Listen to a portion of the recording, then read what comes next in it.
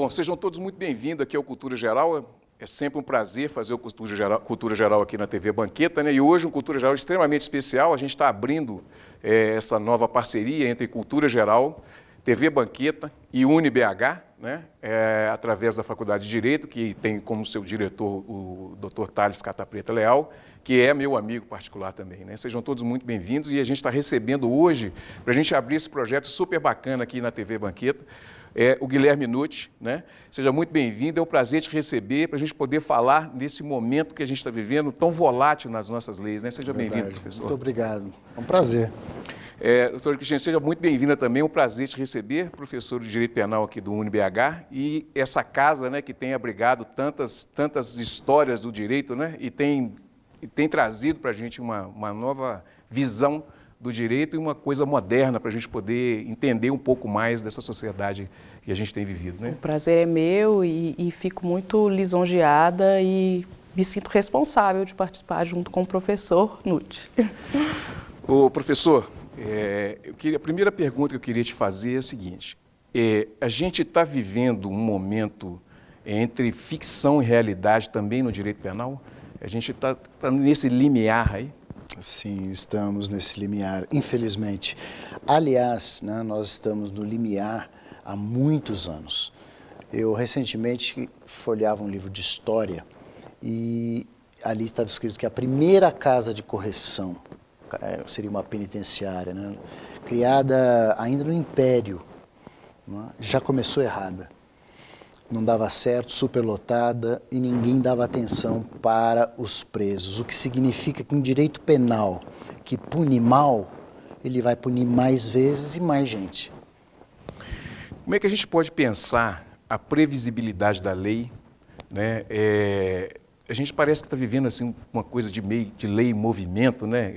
Essa lei assim, que se adequa ao fato e não ao fato à norma. Como é que a gente pode trabalhar isso e entender isso nos dias de hoje, professor? É difícil até para a gente que trabalha com isso, né? Porque o que sempre se disse e se sustentou é que existe o crime de mídia. Quer dizer, acontece um crime no Brasil, a mídia colocou nos jornais, televisão, rádio, vira lei. E geralmente lei penal. E se já existe lei, o crime faz com que a pena aumente. Então, é muito difícil, né, a gente conseguir uma política criminal saudável que possa fazer um sistema harmônico, um sistema equilibrado. Não pode ser na base do acontecimento ou do calor da emoção. É o que tem se vivido no Brasil há muito tempo já também. Isso traz muita insegurança jurídica, professor? Ah, sim, traz muito. Porque, veja, até o Supremo Tribunal Federal tem mudado de opinião, não é, várias vezes sobre um determinado assunto. Isso é inseguro para todos os juízes, né, e profissionais do direito. Doutora Cristina, deixa eu fazer uma pergunta meio difícil, assim, que é quase que um título de uma tese. Essa globalização tem deixado a gente com essas soluções penais de difícil interpretação no momento atual? Sem dúvida, né? Eu acho que o Brasil, como o professor Nucci já falou, não tem nenhuma ideia de uma política criminal clara e, portanto, a gente acaba buscando ideias isoladas de países isolados com realidades fáticas, culturais, demográficas muito diferentes da nossa.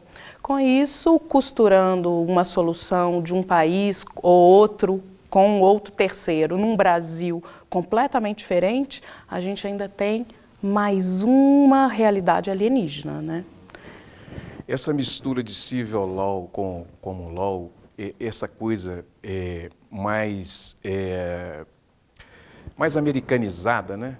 Tentando se instalar de uma forma meio abrupta aqui numa cultura mais europeizada, que é a nossa, acaba fazendo com que isso vire uma agressão também ao nosso direito aqui no Brasil? Com certeza, né? A gente tem uma realidade de democracia, a forma como a própria fundação do direito penal, em cima do princípio da legalidade, ele é feito, ele faz com que simplesmente vivenciar costumes e simplesmente transpô-lo para uma lei seja em alguns momentos, inviável. Para nós, juristas, isso é até muito claro, mas para a sociedade que assiste, sem nenhuma outra possibilidade de conforto dada pelo Estado, parece que o direito é quase como ingênuo, né, frente aos crimes, sendo que nós, na verdade, acabamos ficando vendidos entre uma situação ou outra, né? O direito penal hoje ele é quase vendido numa bacia das almas como o salvador da pátria, né? E esse não é o lugar do direito penal isolado, né? O direito penal tem que ser visto de uma forma muito mais ampla. Doutora Cristina, direito penal, liberdade de imprensa e democracia. Como é que a gente vai... As perguntas são perguntas espinhosas, né? Mas a gente precisa tratar dessas perguntas e aproveitar o professor. É verdade, né? Esse limite é sempre difícil mesmo. Em qualquer sociedade, eu acho que como a gente tem visto, né, diferenciar qual é o limite de uma censura e qual é o limite de algo que seja legal. Se a gente pegar episódios recentes, né, como o Charlie Hebdo, com uma crônica, né, de certa forma infeliz, ter acabado gerando aquele atentado, né, terrorista na França, há algum tempo atrás, e a gente pensa, algum jornal pode publicar determinadas, até qual o limite da imprensa poder publicar determinadas charges, atingir determinados grupos ou não, né? Eu sou também partidária de um direito penal mais garantista. Eu acho que esse não é o papel do direito penal, né? Eu acho que não está dentro do direito penal fazer a censura, né? Eu acho que o trabalho de censura ele passa por outros lugares, né? O olhar da sociedade, da mídia, da educação, da cultura de um povo, ele tem que partir de outros lugares. Eu não acho que é saudável a lei e o direito penal interferir na liberdade de expressão.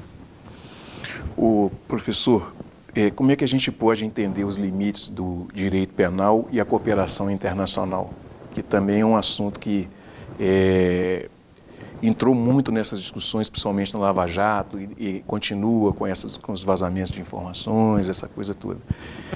Também existe uma certa incoerência assim, na aplicação dessa cooperação internacional. Parece que os Estados Unidos hoje, alguns deputados também já levantaram isso no Congresso americano, nessa cooperação internacional que teve entre os promotores e os procuradores e os Estados Unidos e tudo. Então, esse limite também, esse limiar também está muito, com isso tudo que a gente está vivendo, ele está muito tênue, está muito perigoso também, essa coisa da cooperação internacional? Não, eu não acredito nisso, porque a cooperação internacional é prevista em lei, né, e desde que seja respeitada a legalidade, esse é o que a professora colocou muito bem, a cooperação tem que se dar mesmo, porque organizações criminosas internacionais se valem de todos os meios, né?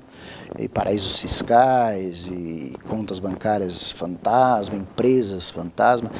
Então, acho que nesse ponto, não é, a nossa justiça até conta pouco com o auxílio internacional. Poderia até contar mais. Eu não vejo o óbice, não. Essa forma de interpretação legal, né, que na sua palestra você mesmo falou que às vezes chega no STF, você dá uma nova visão, uma nova interpretação. Isso tudo não pode remeter a gente a um atraso ou algum retrocesso legal no sentido da aplicação da lei penal, não? Não acredito em retrocesso, não. Eu acredito que possa gerar, como eu disse, uma insegurança. Nós estamos vivendo uma fase de insegurança jurídica porque os tribunais superiores ora se posicionam de um jeito, ora de outro, né? O próprio plenário do Supremo ora de um jeito, ora de outro, mas eu não acredito em retrocesso, acredito que isso daí só pode ter vantagens, porque o direito é complicado, né? O direito é interpretado e o direito é vivo, né? Ele vive, ele não vegeta, então cada decisão que o ministro profere é uma lição a mais, que o mundo do direito vai acabar assimilando. Então eu não vejo como retrocesso, vejo sim que em fases como essa temos que passar por essa insegurança por um tempo. Professor Cristino, para a gente encerrar, como é que é dar aula em tempos atuais? A gente tem que tomar alguns cuidados, né? Mas eu também acho que é um momento oportuno de formar pessoas mais críticas, de tentar desmontar alguns estereótipos, né? Porque o direito penal, o pano de fundo do direito penal é realmente político e a gente vai discutir questões que estão muito ligadas à realidade. Então, eu acho que é uma oportunidade para um aluno que está disposto a enxergar com outros olhos todas essas informações que ele chega, né, da sociedade desencontrada. Eu acho que é um bom momento para que ele tire suas próprias conclusões e consiga crescer de forma crítica, enquanto cidadão, não só enquanto futuro jurista, juiz, advogado, mas enquanto cidadão, sim.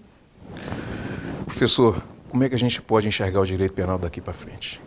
Ou como devemos enxergá-lo? Eu sempre acho que o direito penal é o braço mais forte do Estado, é o braço punitivo, né? E ele precisa ser enxergado numa visão que harmonize direitos fundamentais. Não dá para trabalhar um direito penal, nem um processo penal, não é, esquecendo desses direitos que são tão caros para os indivíduos. Eu vejo o direito penal num futuro cada vez mais entrosado com os direitos humanos, e não o contrário. Não é? Então, a minha visão é positiva nesse sentido. Bom, deixa eu agradecer aqui, professor, foi um prazer te receber aqui no Cultura Geral, foi um prazer também, viu, doutor Cristino? Bom, gente, chegamos ao final do programa Cultura Geral, foi curtinho, mas eu acho que assim, conseguiu passar tudo aquilo que a gente precisa ouvir, né, em dias atuais. Um grande abraço e até amanhã, se Deus quiser, com mais Cultura Geral.